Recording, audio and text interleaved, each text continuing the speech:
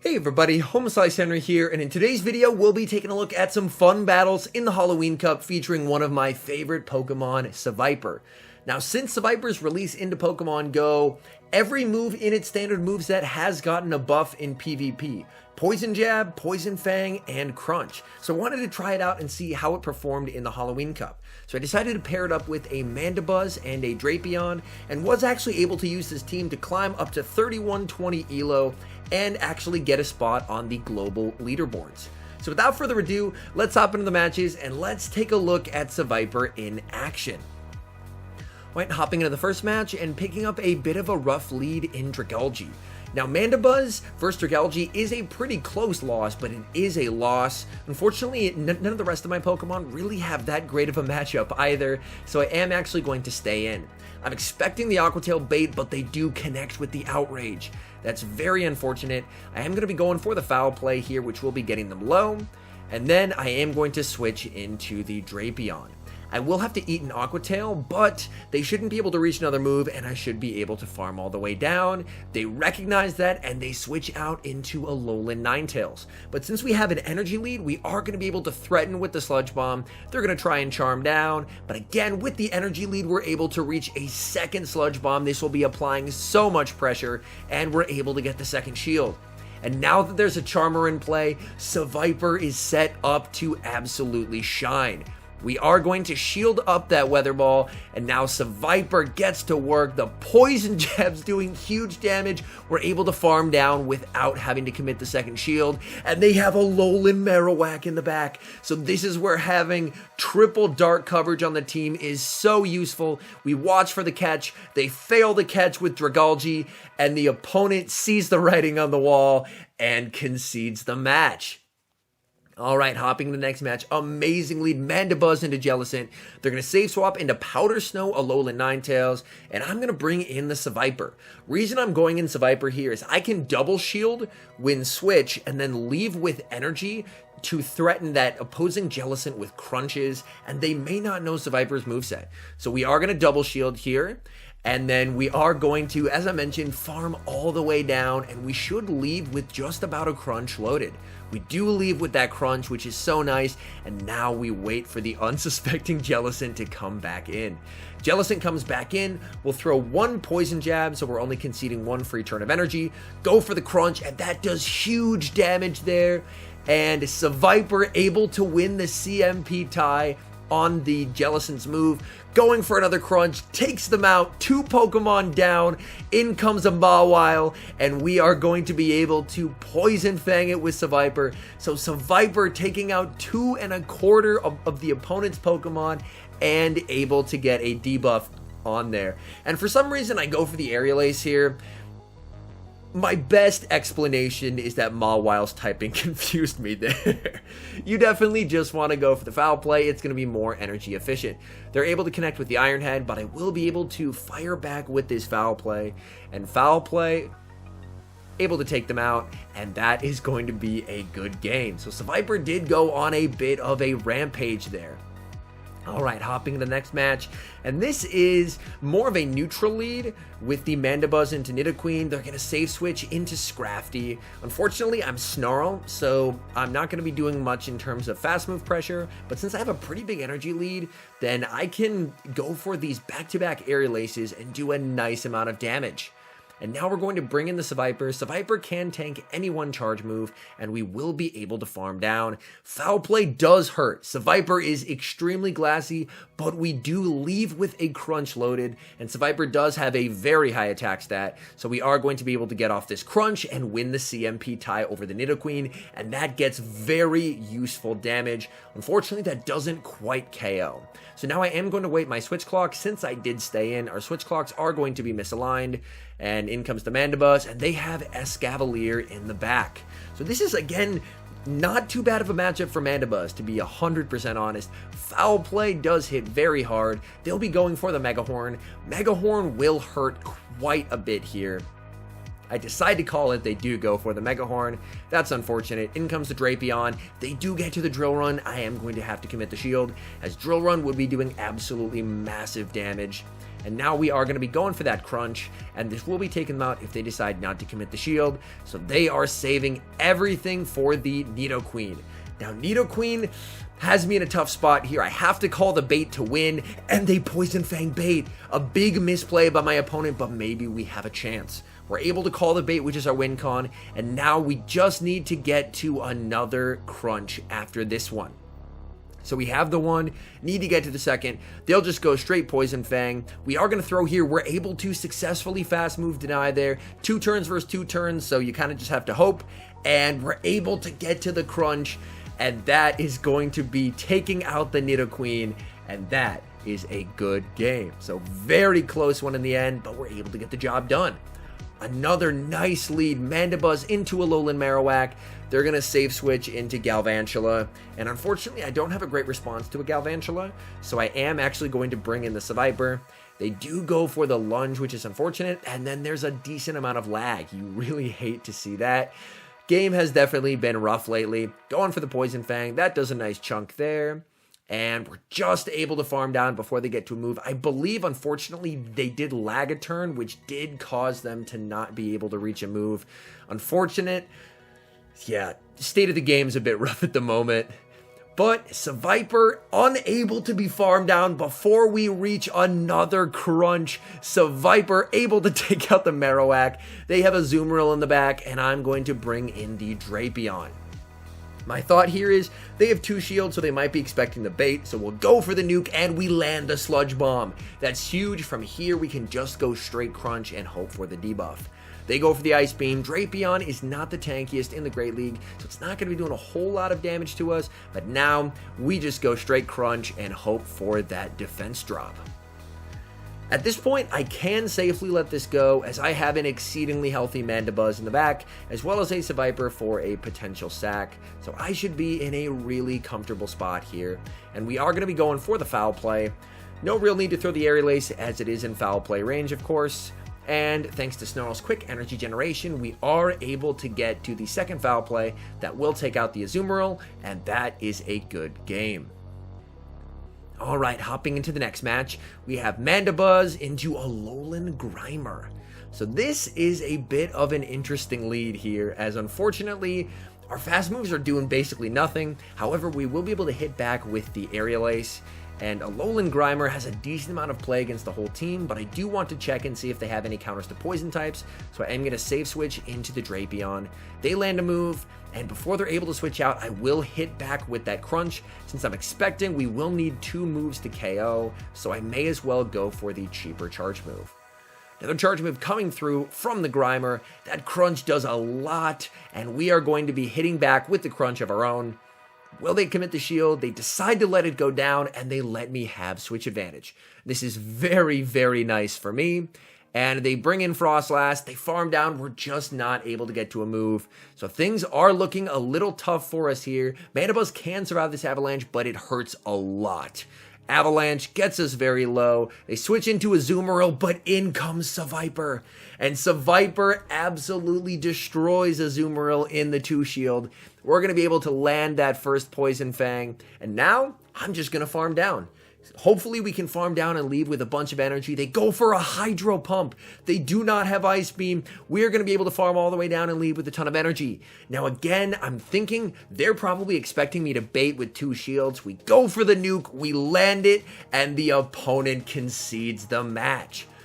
And for the rest of these battles, I did actually end up switching the Mandibuzz to Air Slash.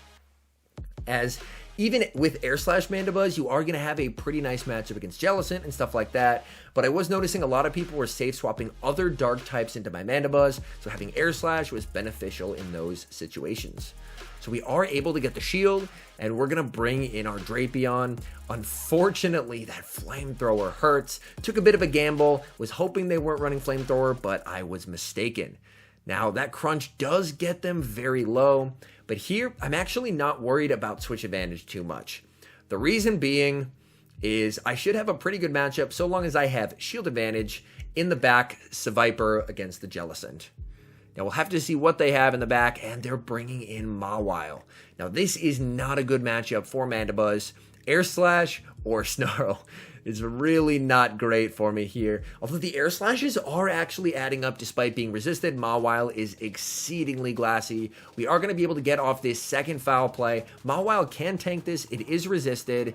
And then we're going to bring in the Seviper. Now, they bank energy and they bring in the Jellicent. And again, we have an energy lead on this Jellicent and shield advantage. And with that, we should be able to take it out with Seviper. Now, they're going for a move.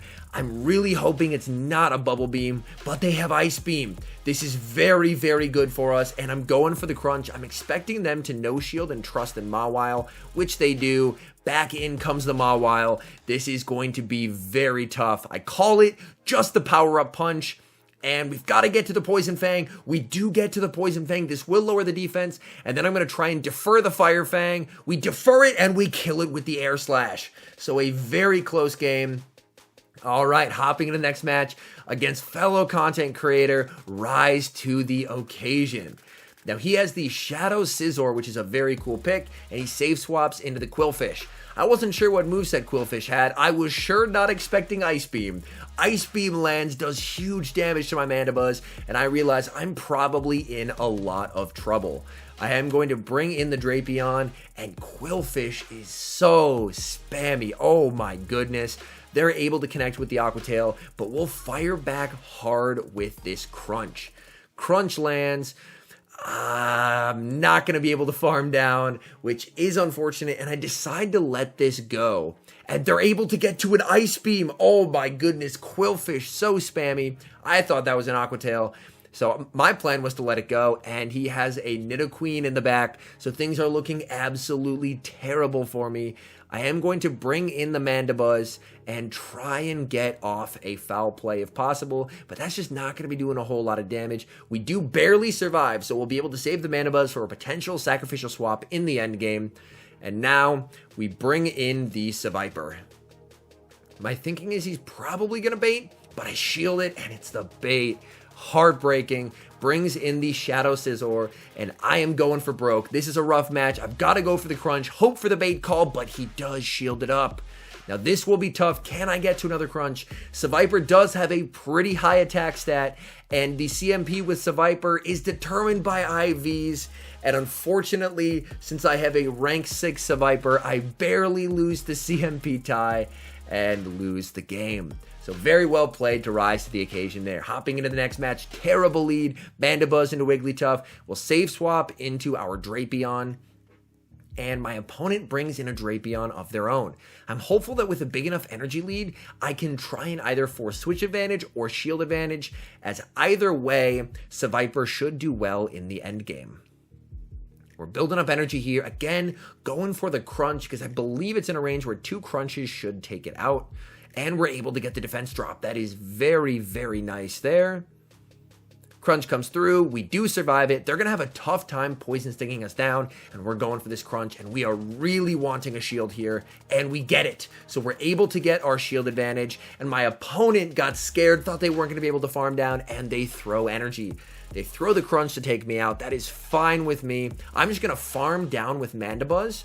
And we should be able to leave with an Aerial Ace that we can throw at the Wigglytuff if need be. We farm down, we leave with the move, and now we'll get some chip damage. This is very nice. And now we trust in our Seviper with 2 shields. In comes the Seviper, and they have a Alolan Grimer in the back. So this is not great. Alolan Grimer does resist all of my moves. We are going to be going for the Crunch, as Crunch will do more damage than Poison Fang, but still, neither one does a whole lot. They go for a Crunch of their own.